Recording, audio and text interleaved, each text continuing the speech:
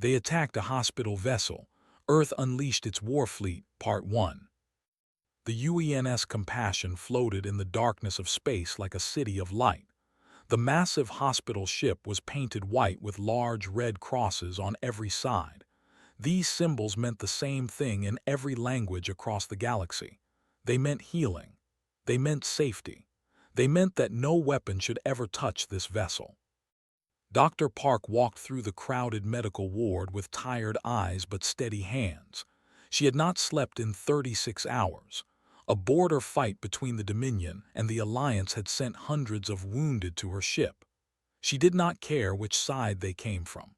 She only cared that they needed help. "Doctor, the soldier in bed 7 is stable now," said nurse, walking beside her.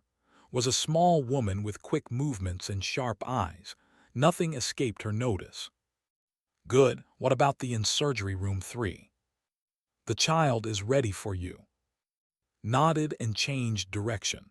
A child, no more than 10 years old by human counting, had been caught in the crossfire. A piece of metal had gone through her chest. Her parents were dead. She had no one left except the doctors who were trying to save her life. The Compassion had arrived in this sector 3 weeks ago. The fighting between the and the had grown worse, and both sides were losing soldiers faster than they could count. Humanity had offered its hospital ships as neutral ground. Both empires had accepted, though neither trusted the other. Captain Lee stood on the bridge of the Compassion, watching the stars through the wide windows. He was a tall man with gray hair and calm eyes. 20 years ago, he had commanded a battleship. He had fought in 3 wars and killed more enemies than he wanted to remember. Then one day, he had looked at his hands and decided he was done with death. He had requested transfer to the medical corps. Many thought he was crazy, a warrior becoming a healer, but had never regretted his choice. Every life saved on this ship felt like a small victory against his past. "Captain, we have a distress signal," said Lieutenant from her station. She was young, barely 25, with a voice that stayed calm even in crisis. "Source. A transport. They say their engines failed and they have wounded on board. They are requesting medical assistance." Looked at the navigation display. The transport was 2 hours away at normal speed. He could see the border in the distance, a line of sensor buoys and patrol ships. "Set course to intercept. Inform Dr. Park that we may have more patients coming." "Yes, Captain." The Compassion turned slowly and began moving toward the distress signal. It was what they did. It was what they had always done. When someone cried for help, humans answered. It did not matter if that someone was a friend or an enemy. Pain had no nationality. Suffering had no species. In the surgery room worked on the child with careful precision. The girl's skin was pale blue and her blood was darker than human blood. But her heart beat the same way. Her lungs worked the same way. Life was life, no matter what shape it took. "Clamp," said, and handed her the tool without hesitation. The surgery took 4 hours. When it was done, the child was breathing on her own. She would live. She would grow up without parents, but she would live. Pulled off her gloves and stepped back. Her whole body ached, but she felt something like peace. This was why she had become a doctor, not for money or fame, but for moments like this. Moments when death came knocking and she could say no. "Doctor, the captain wants to see you," said. Nodded and left the surgery room. She found in his office, looking at a star map with worried eyes. "What is wrong?" she asked. "Maybe nothing, but I have a strange feeling about this rescue." "The transport." "Yes. Something does not feel right. The distress signal came from very close to their military border, and they were very specific about asking for us by name." Sat down across from him. "You think it is a trap?" "I do not know. They have respected our neutrality for 50 years. Every species in this sector knows that hospital ships are off limits. Attacking one would be like attacking a church or a school. The whole galaxy would turn against them." "Then why are you worried?" Was silent for a moment. Because I have fought wars, I know how leaders think when they are desperate. They are losing this fight with the... Every day they lose more ground. Desperate people do desperate things. Thought about the child in her surgery room.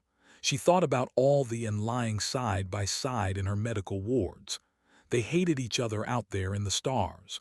But in here, they were just patients, just people who needed help. "We have to go," she said finally.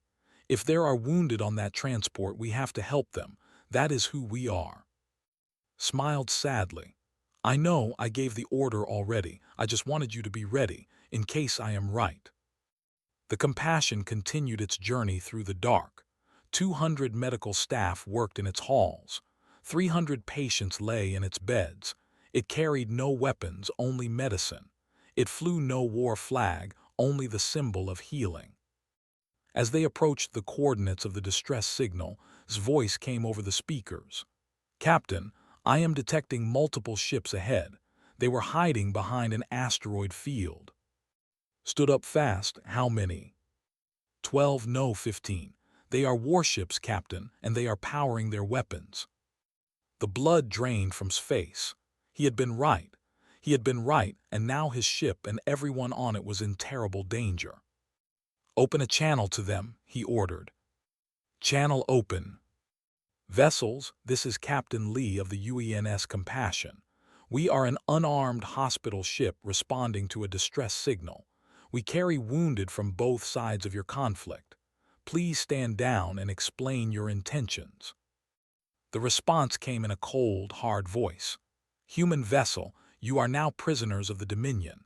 Surrender immediately or be destroyed." Stared at the screen in disbelief. 50 years of trust. 50 years of humanity serving as neutral healers. All of it was about to burn. "They are locking weapons on us," said, her voice finally breaking. The first missiles were already flying. They attacked a hospital vessel. Earth unleashed its war fleet, Part 2. The first explosion tore through the Compassion's left wing.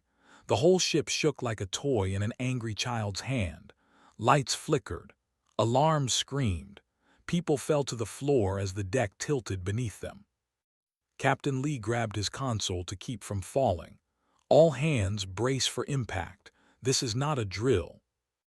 More missiles hit the ship. Each one brought fire and destruction. The Compassion had no shields. It had no weapons. It was built to save lives, not to fight. And now it was being torn apart by creatures it had tried to help. "Get on all frequencies," ordered. "I want every species in this sector to hear this."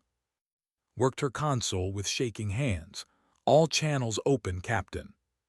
Spoke clearly into the communicator. His voice carried across the darkness of space to every ship and station within range. "This is Captain Lee of the UENS Compassion. We are an unarmed hospital vessel. We are being attacked by warships. We carry 300 patients, including wounded. We have no weapons. We cannot fight back. Please, anyone who can hear this, we need help." Another explosion rocked the ship, kept talking. "We have served this sector for 50 years. We have healed soldiers from every species. We have never taken sides. We have never refused anyone care. And now the Dominion is trying to destroy us. Let the galaxy know what is happening here today." In the medical ward, Dr. Park refused to leave her patients. Fire was spreading through the corridors. Smoke filled the air. But she kept working, moving from bed to bed, checking on the wounded. "Doctor, we have to evacuate," shouted over the noise. "Not until every patient who can move is in a safe zone. Help me with this one." They lifted a soldier onto a mobile bed. His legs were broken, and he could not walk, but his eyes were wide with fear and confusion. "What is happening?" he asked. "Why are they attacking?" "I do not know," said honestly, "but I will not let them hurt you, I promise."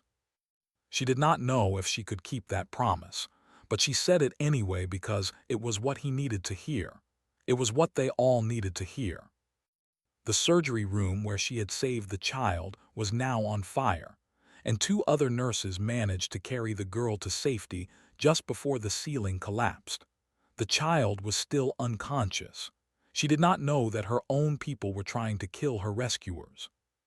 On the bridge, watched the fleet circle his dying ship. They were not trying to destroy it completely. They wanted it crippled, not dead. They wanted prisoners. "Captain, I am receiving a transmission from the lead ship," said. "Put it through." The screen showed an officer with cold, yellow eyes and dark blue scales. He wore the insignia of a fleet commander. His name was, and his voice was full of contempt. "Human captain, you will order your crew to surrender. Your ship will be boarded. Your medical staff will serve the Dominion. Your patients will be processed according to their species. Cooperate and some of you may live." Felt anger rise in his chest. 50 years of service, thousands of lives saved, and this creature looked at them like they were insects. "Commander," he said slowly, "you have made a terrible mistake. You have attacked a hospital ship. You have fired on doctors and nurses and patients. The galaxy will not forget this." Laughed. "The galaxy will do nothing. They are too weak to challenge us. The other species are too far away to care, and your human fleet is on the other side of known space. By the time they learn what happened here, you will be long dead or deep in a prison." "You do not know humans very well," said quietly. "I know enough.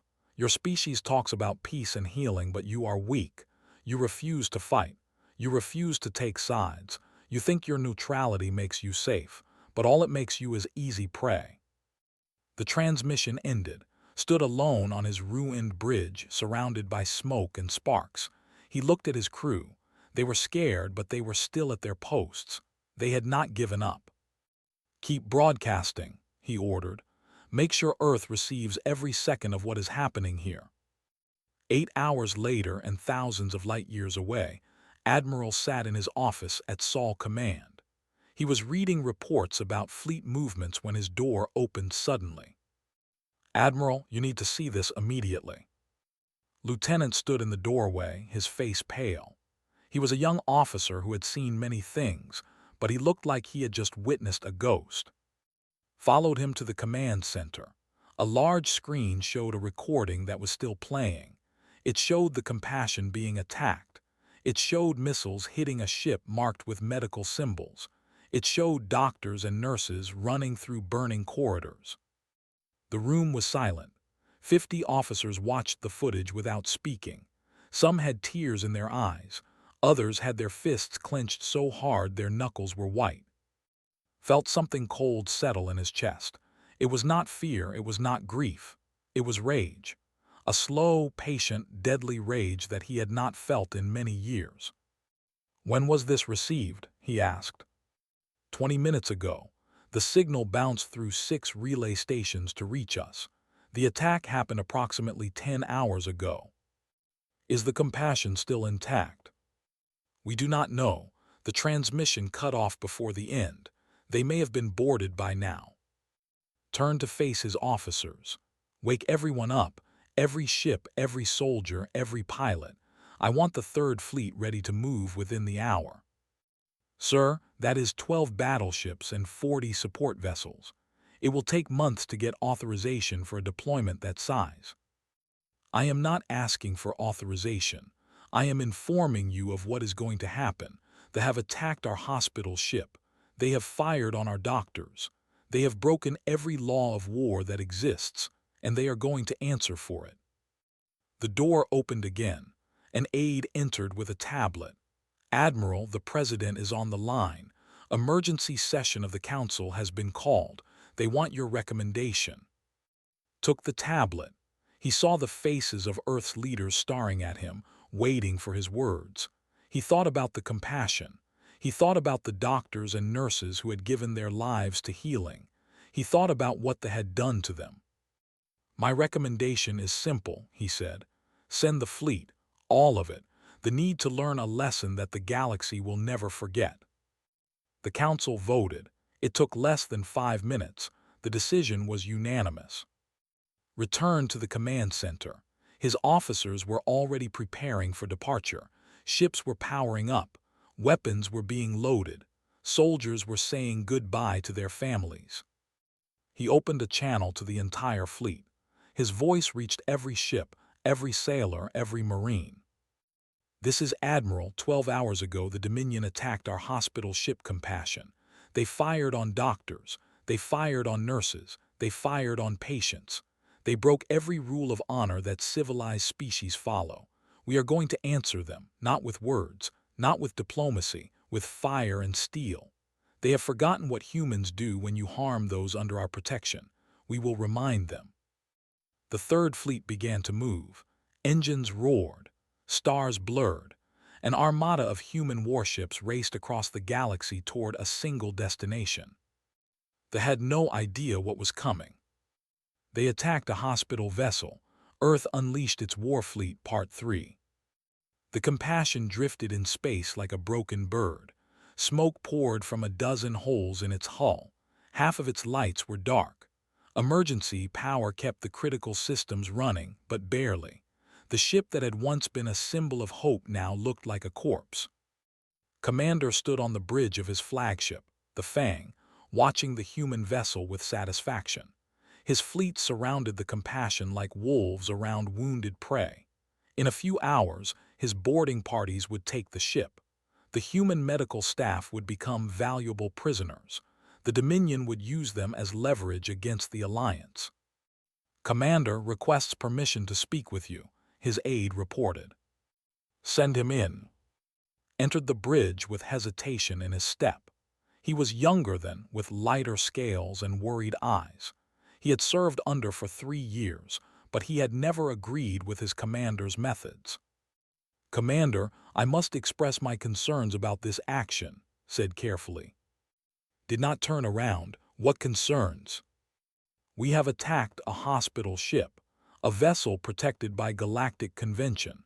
Every species in known space recognizes the neutrality of medical vessels.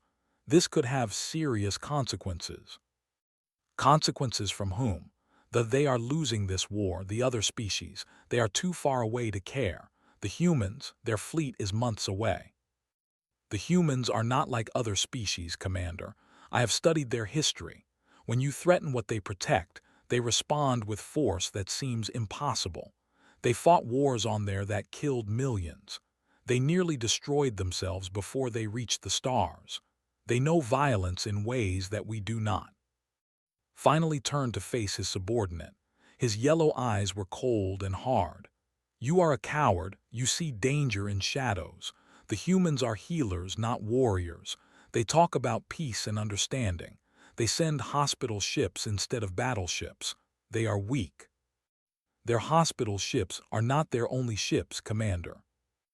"Enough. Return to your post. When we board the Compassion, you will lead the first team. Prove to me that you are not as useless as you seem." Saluted and left the bridge. His heart was heavy with fear. Not fear of the battle, but fear of what was coming. He had seen records of human warfare.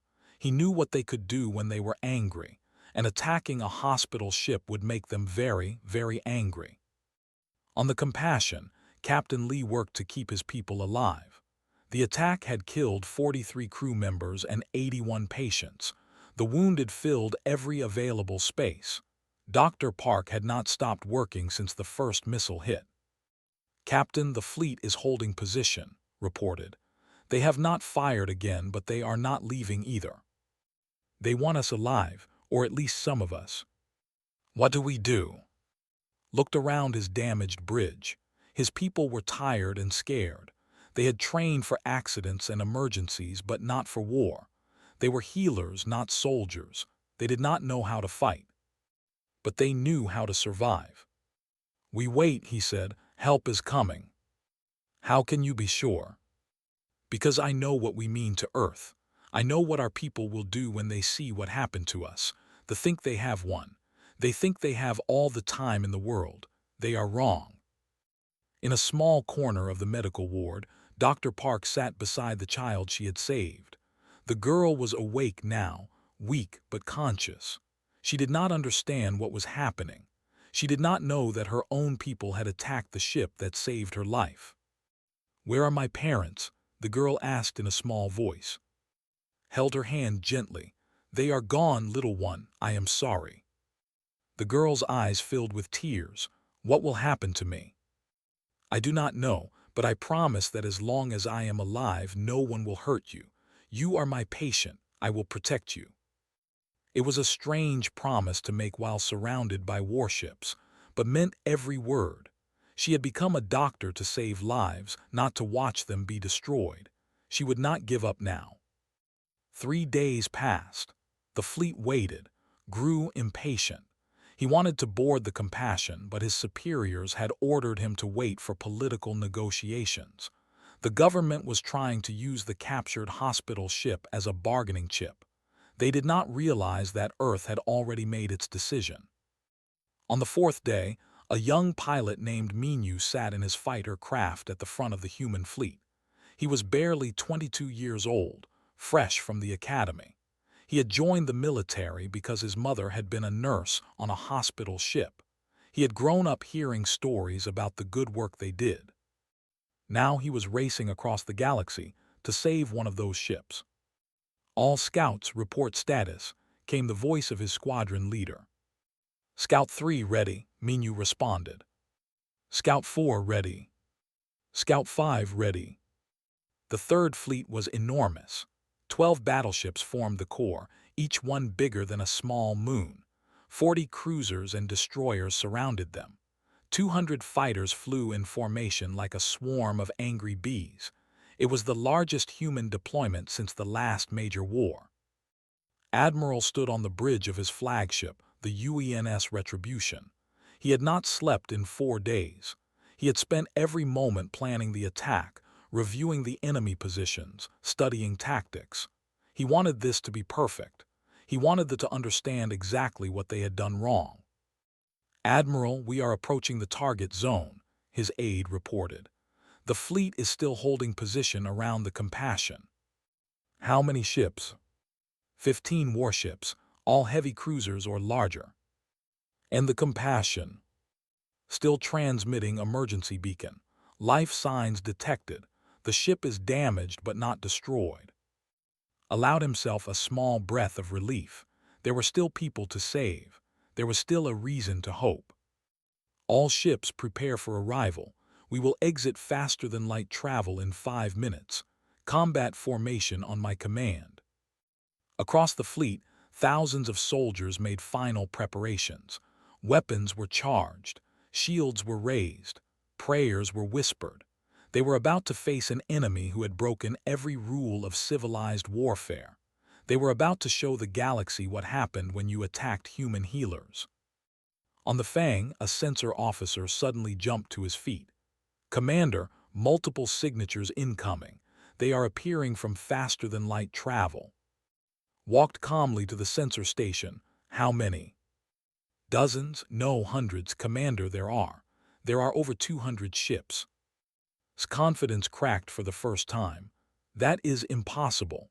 The human fleet was on the other side of the galaxy. It would take them months to arrive."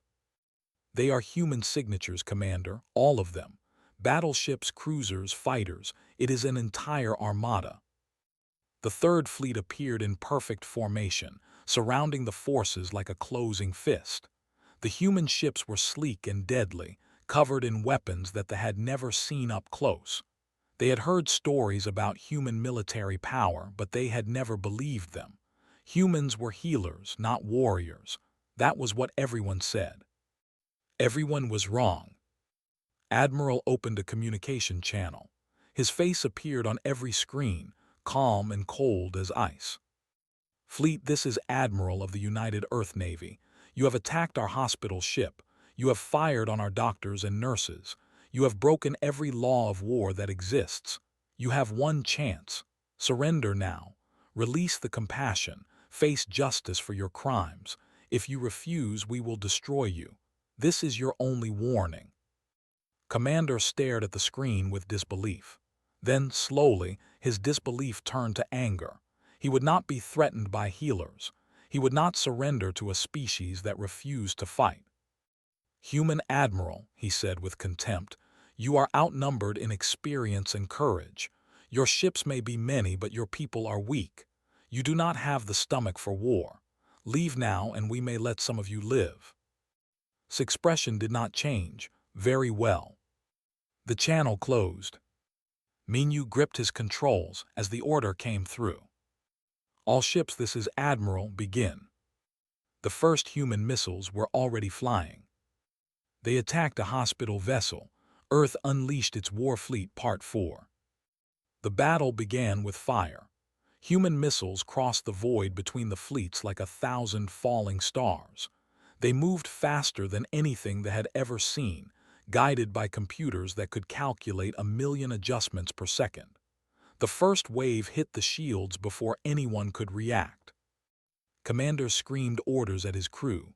Return fire, all ships return fire. The weapons were powerful. They had won many battles against but fighting there was nothing like fighting humans. They were predictable. They followed patterns.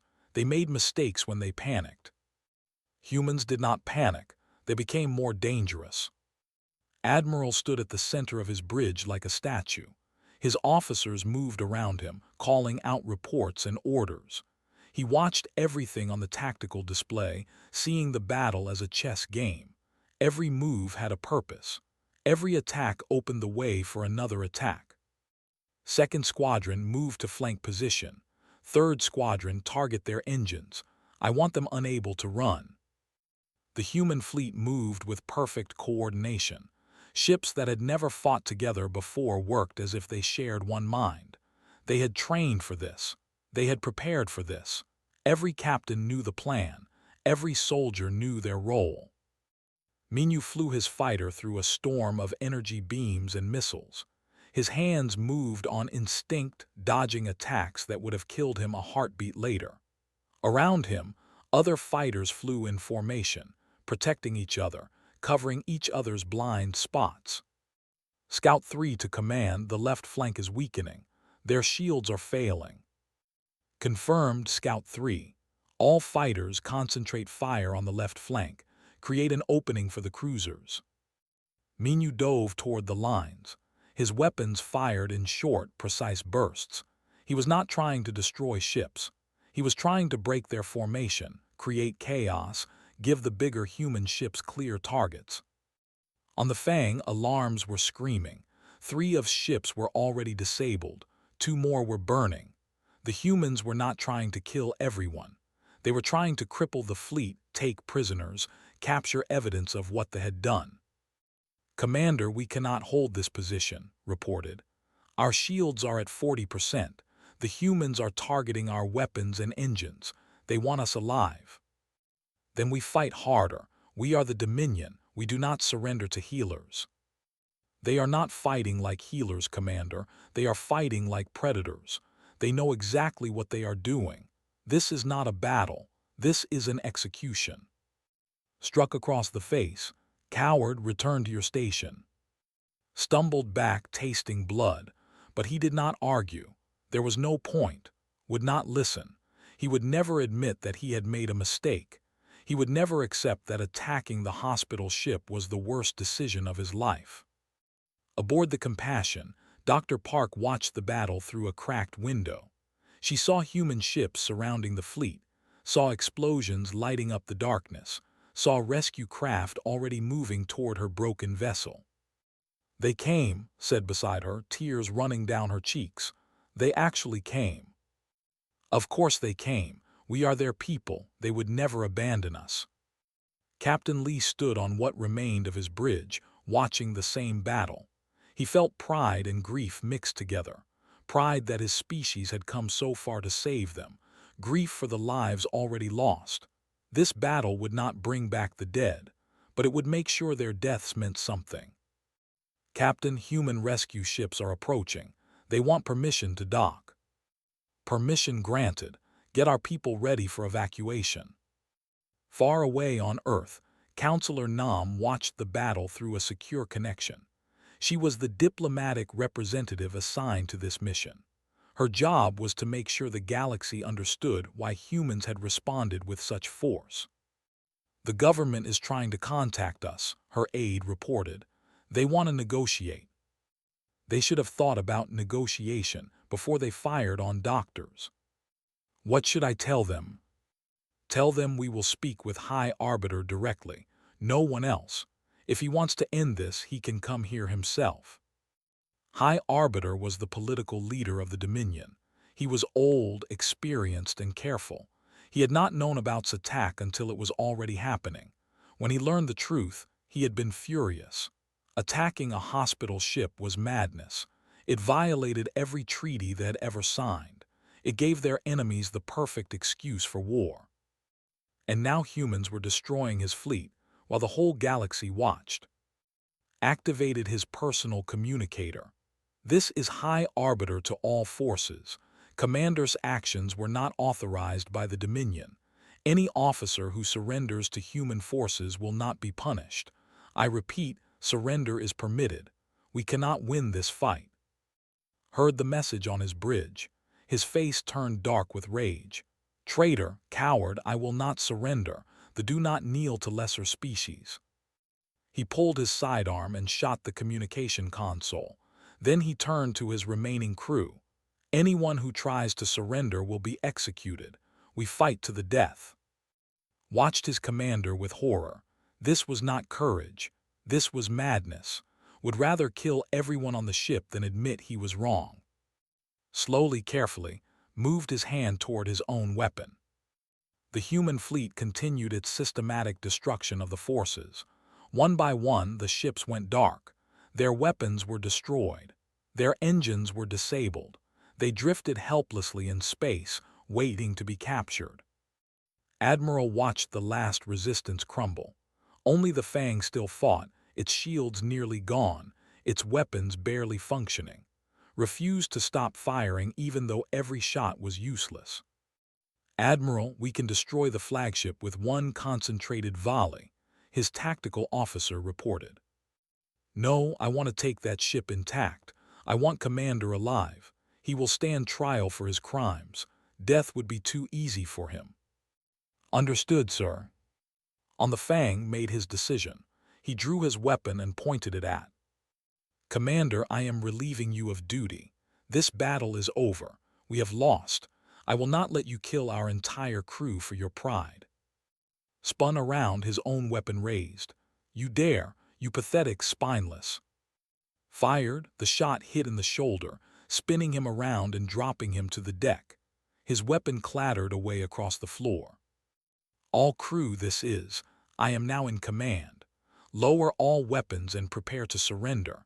Anyone who disobeys will be confined to quarters. The bridge crew hesitated.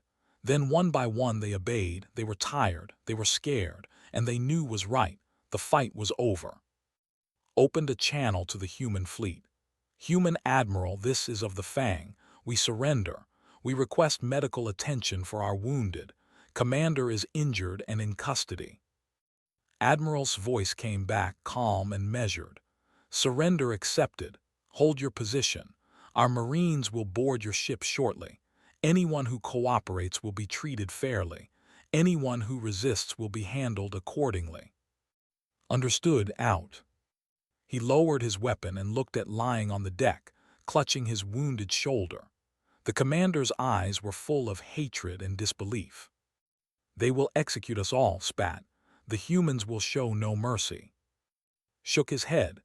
You do not understand them at all, Commander. That is why you lost. Humans know the difference between justice and revenge.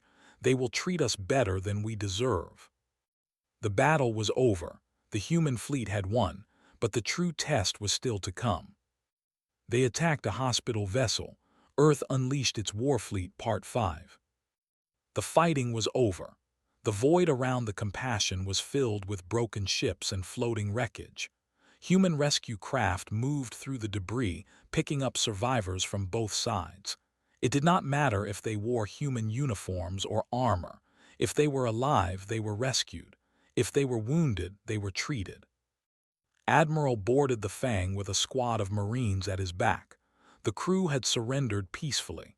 They stood in lines with their hands visible, watching the human soldiers with fear and confusion. They had expected rage. They had expected revenge.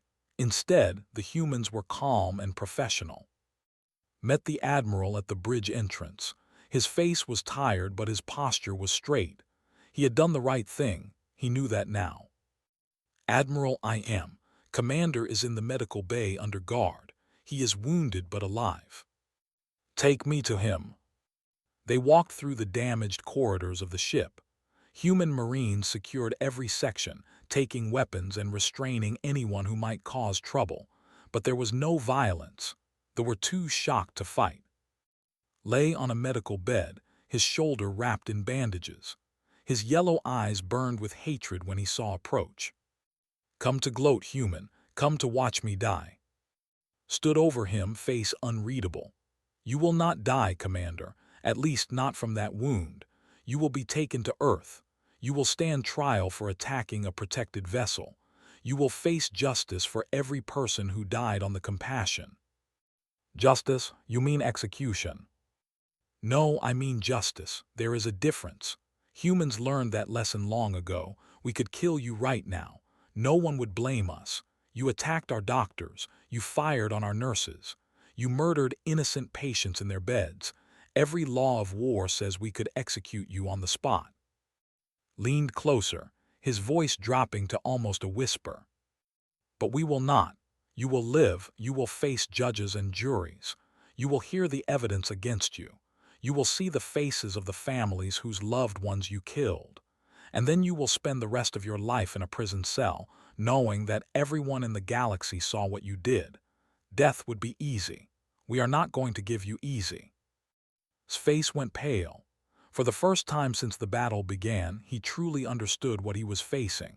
Not rage, but cold, patient, unending justice. High Arbiter arrived 3 days later. His personal transport docked with the human flagship under heavy guard. He was old and tired, his scales faded with age, but his mind was still sharp. He knew exactly how much damage had done to the Dominion. Counselor Nam met him in the diplomatic chamber. She was young for her position, but her eyes held the weight of experience. She had negotiated treaties before. She had dealt with difficult situations, but this was something new. High Arbiter, thank you for coming personally. It shows respect.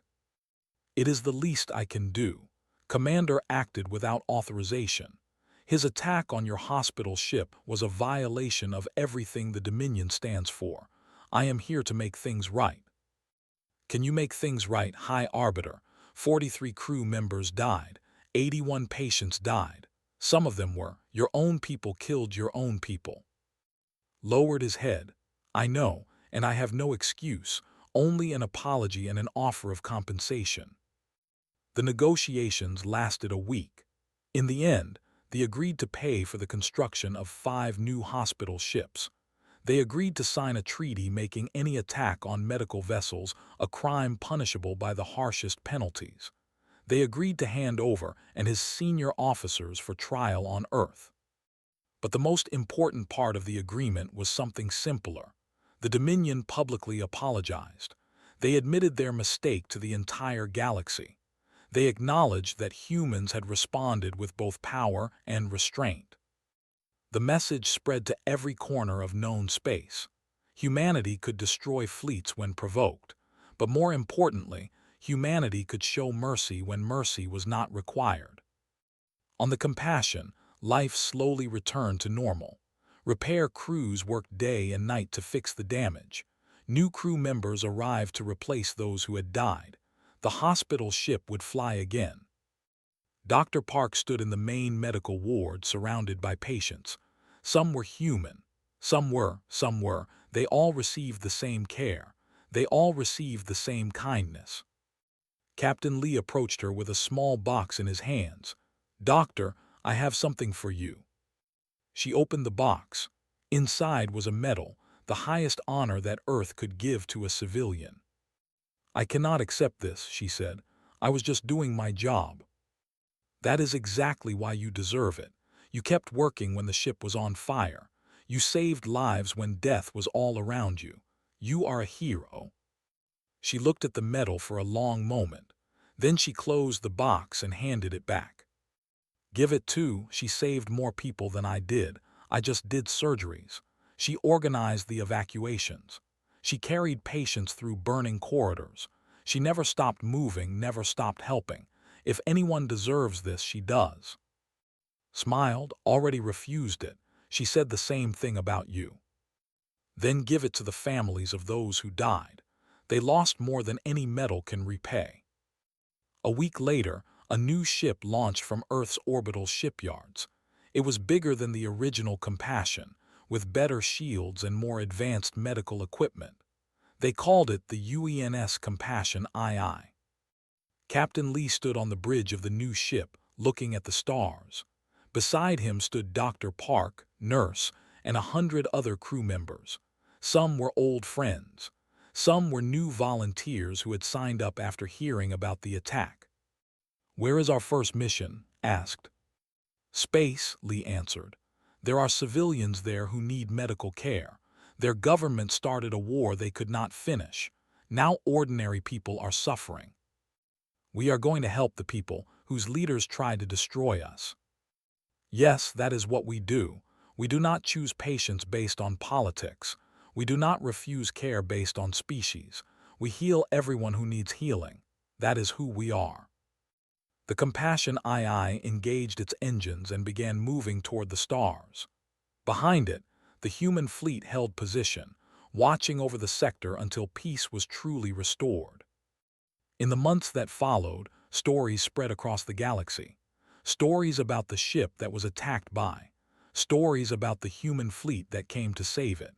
Stories about doctors who refused to stop working even when death was close.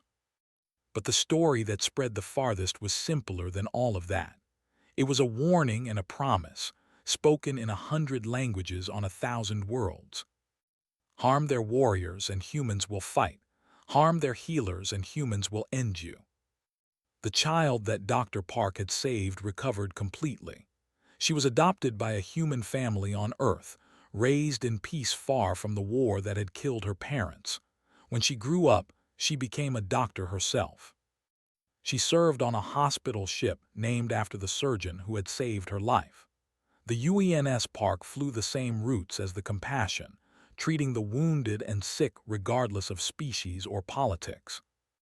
Because that was the human way, not just strength but mercy, not just power but compassion, not just the will to destroy enemies but the wisdom to make them into friends. And the galaxy never forgot.